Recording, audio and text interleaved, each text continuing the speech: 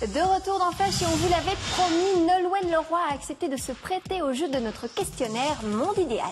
Nolwenn Leroy qui est de retour avec un nouvel album qui s'intitule Aux filles de l'eau, dans lequel on retrouve ses sonorités celtiques qui avaient fait le succès de son précédent, l'énorme carton bretonne. Dans cet album-ci, il est beaucoup question de mer dans ses textes, d'univers très mystérieux. D'ailleurs, elle incarne un petit peu le mystère, Nolwenn. Oui, c'est vrai que parfois on peut penser qu'elle est assez inaccessible, un peu gothique, voire froide. Oui. Mais en fait, pas du tout. C'est une fille très spontanée, très naturelle, vous allez voir, et même drôle. Ah, carrément. Et déjà, elle est très consciente de cette image un petit peu, voilà, parfois un petit peu de beauté glacée qu'elle renvoie. Malgré tout, elle s'est prêtée au jeu avec beaucoup de sympathie pour cette interview. Elle nous parle de ses 30 ans, de sa vision romantique de l'amour et de son 6e sens. Voici donc Le Monde selon Nolwenn Leroy.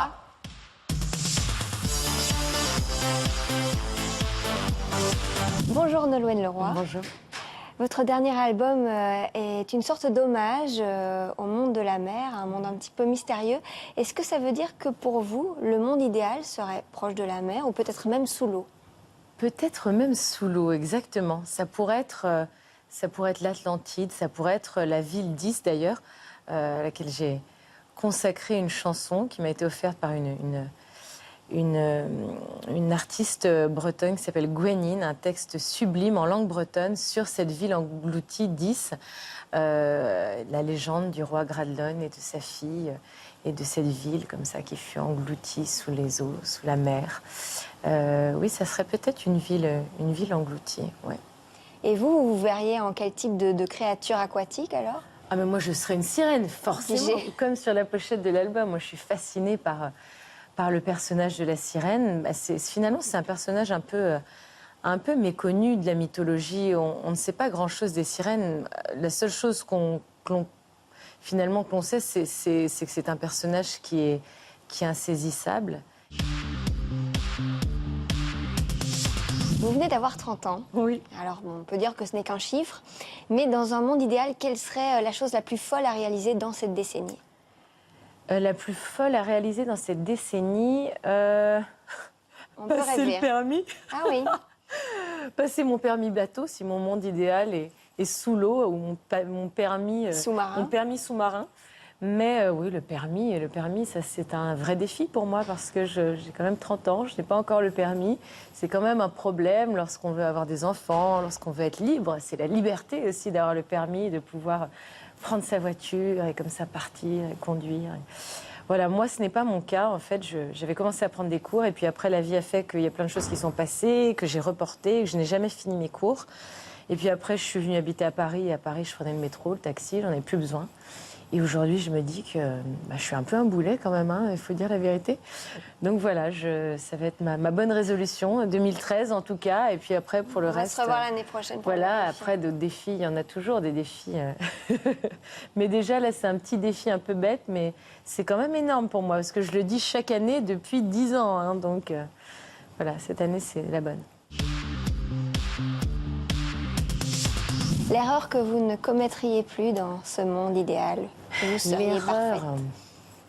L'erreur que je ne commettrai plus.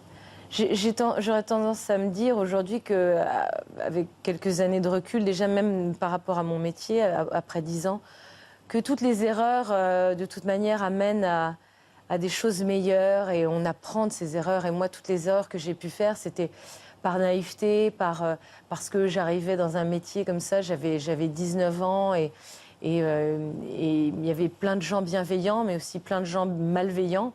Et que pourtant, Dieu sait si mon instinct en général est le bon, une sorte de 6e sens parfois qui me dit lui là, pas bien. Et puis après tu dis oh non, bon, faut pas être parano non plus. Et puis après tu te rends compte au fil du temps qu'en fait ce 6e sens il est souvent, il se révèle être juste.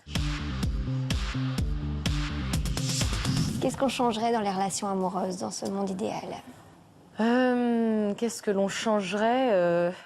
Moi, je suis romantique. Moi, j'aime un peu l'idée de...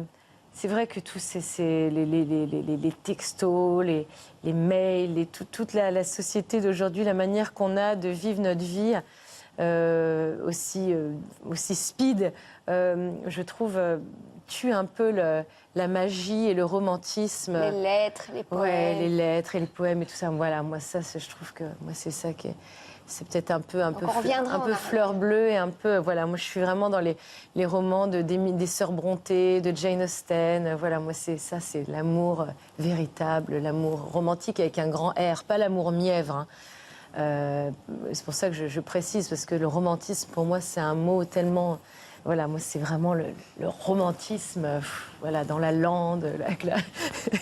Donc, voilà, mais peut-être ça, oui, je trouve que du coup, c'est un peu plus froid et plus... On peut aussi continuer aussi de fonctionner comme cela. On n'est pas obligé de céder je pense qu'il y en a encore qui le font. Moi, je devrais m'y mettre, d'ailleurs. Je devrais instaurer cela. Oui, exactement. Merci, Nolwenn. Merci beaucoup, merci à vous.